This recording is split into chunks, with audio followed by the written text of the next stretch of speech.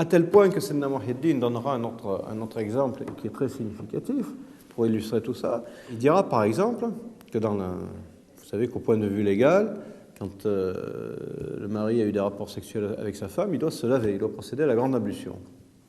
Il dit quelle est la raison d'être de ce lavage, Sayyidina Muhyiddin? Il dit c'est le seul moment où l'être humain s'oublie en totalité dans un autre être. Or il dit Dieu est jaloux. Et il ne supporte pas que l'être humain, précisément, s'oublie dans un autre que lui. C'est pour ça qu'il impose à son serviteur de se laver de cet oubli, de cet anéantissement, qui, en réalité, ne devrait avoir lieu qu'en lui. C'est-à-dire que Dieu ne veut que l'homme, yafna, s'anéantisse en totalité qu'en lui. Fala yarda an yafna al-abd fil mar'a.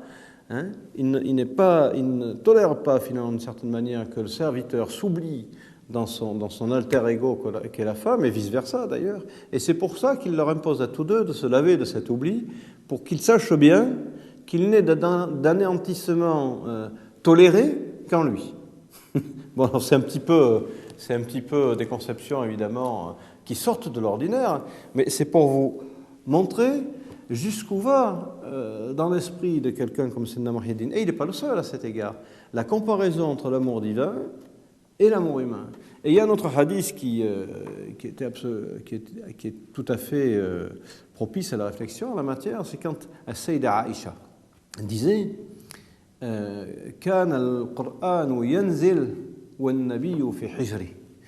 Le Coran était révélé alors que le prophète était dans mon giron, ce qui est une façon de dire que alors même que le prophète était dans l'intimité de ses épouses, la révélation continuait à lui être transmise, parce que rien ne pouvait distraire l'envoyé de Dieu de la présence de Dieu, y compris dans les moments où les hommes précisément sont le plus disposés à oublier tout, que ce soit la présence divine ou autre chose, eh bien, y compris dans ces moments-là, l'envoyé de Dieu n'était pas distrait de la révélation.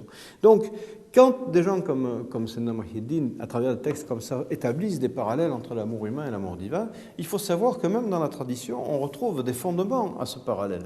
Ce n'est pas des parallèles, d'abord ce sont des parallèles qui sont le fruit, encore une fois, d'expériences vécues, et ce sont aussi des parallèles qui sont fondés par la tradition elle-même. Donc, il ne faut pas s'imaginer que c'est pas une œuvre imaginatrice, ou alors c'est l'imagination dans le bon sens du terme, c'est-à-dire celle qui permet en quelque sorte de matérialiser, entre guillemets, par le biais du khayal, de l'imaginaire, certaines réalités, certaines vérités spirituelles qui prennent à ce moment-là une forme par le biais de l'imagination dans des représentations qui nous sont accessibles.